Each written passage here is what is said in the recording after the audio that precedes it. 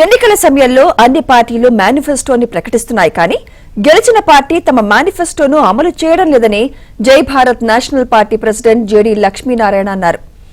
2024లో కొత్తగా ఏర్పడిన పార్టీలన్నీ కలిసి యునైటెడ్ ఫ్రంట్ గా ఏర్పడ్డాయన్నారు.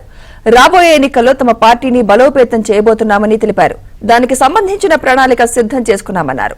అన్ని ఎన్నికల్లో ఒకరికొకరు సహకరించుకుని అన్ని పార్టీలతో కలిసి క్షేత్రస్థాయిలో ముందుకు సాగుతామని జేడీ లక్ష్మీనారాయణ స్పష్టం చేశారు. ఆంధ్రప్రదేశ్ యునైటెడ్ ఫ్రంట్ ఏర్పాటు చేయడం జరిగింది. ఇందులో ప్రధానంగా 8 పార్టీలు ఒక కూటమిగా ఏర్పడే ఒక నిర్ణయం తీసుకోవడం జరిగింది. అందులో ముఖ్యంగా అసెంబ్లీలో కానీ పార్లమెంట్లో కానీ ప్రజల గొంతుకలు వినపడడం లేదు. కేవలం పార్టీ గొంతులు వినిపిస్తున్నాయి. ప్రజల గొంతులు వినపడాలి. సమాజంలో ఇప్పటి వరకు ప్రాతినిధ్యం వహించని అనేక సామాజిక వర్గాలు ఉన్నాయి.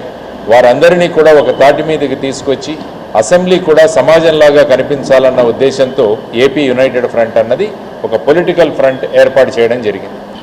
ఆ మేనిఫెస్టోలు ఏంటంటే మాయం చేయడానికి, మోసం చేయడానికి వస్తున్న మేనిఫెస్టోలు. ఇంతకుముందు కూడా చాలా చేశారు. ఒక్కసారి కంపేర్ చేయండి. 196 ఏదో చెప్పారట, అందులో ఎన్ని నిజమయ్యాయో తెలుసుకుందాం. సో ఆ విధంగా ప్రజలందరినీ సంఘటితం చేసే విధంగా మేము చేస్తాం. వారందరూ కూడా ప్రజలను విభజించి పాలించే విధంగా వాళ్ళ మేనిఫెస్టోలు ఉంటాయి. కాబట్టి త్వరలో చూడండి ఏపీ యునైటెడ్ ఫ్రంట్, తర్వాత ప్రజా సంఘాల కూటమి యొక్క మేనిఫెస్టో, కామన్ మినిమం ప్రోగ్రామ్ ఏ విధంగా ఉంటుందన్నది కూడా మీకు త్వరలో సూచించారు.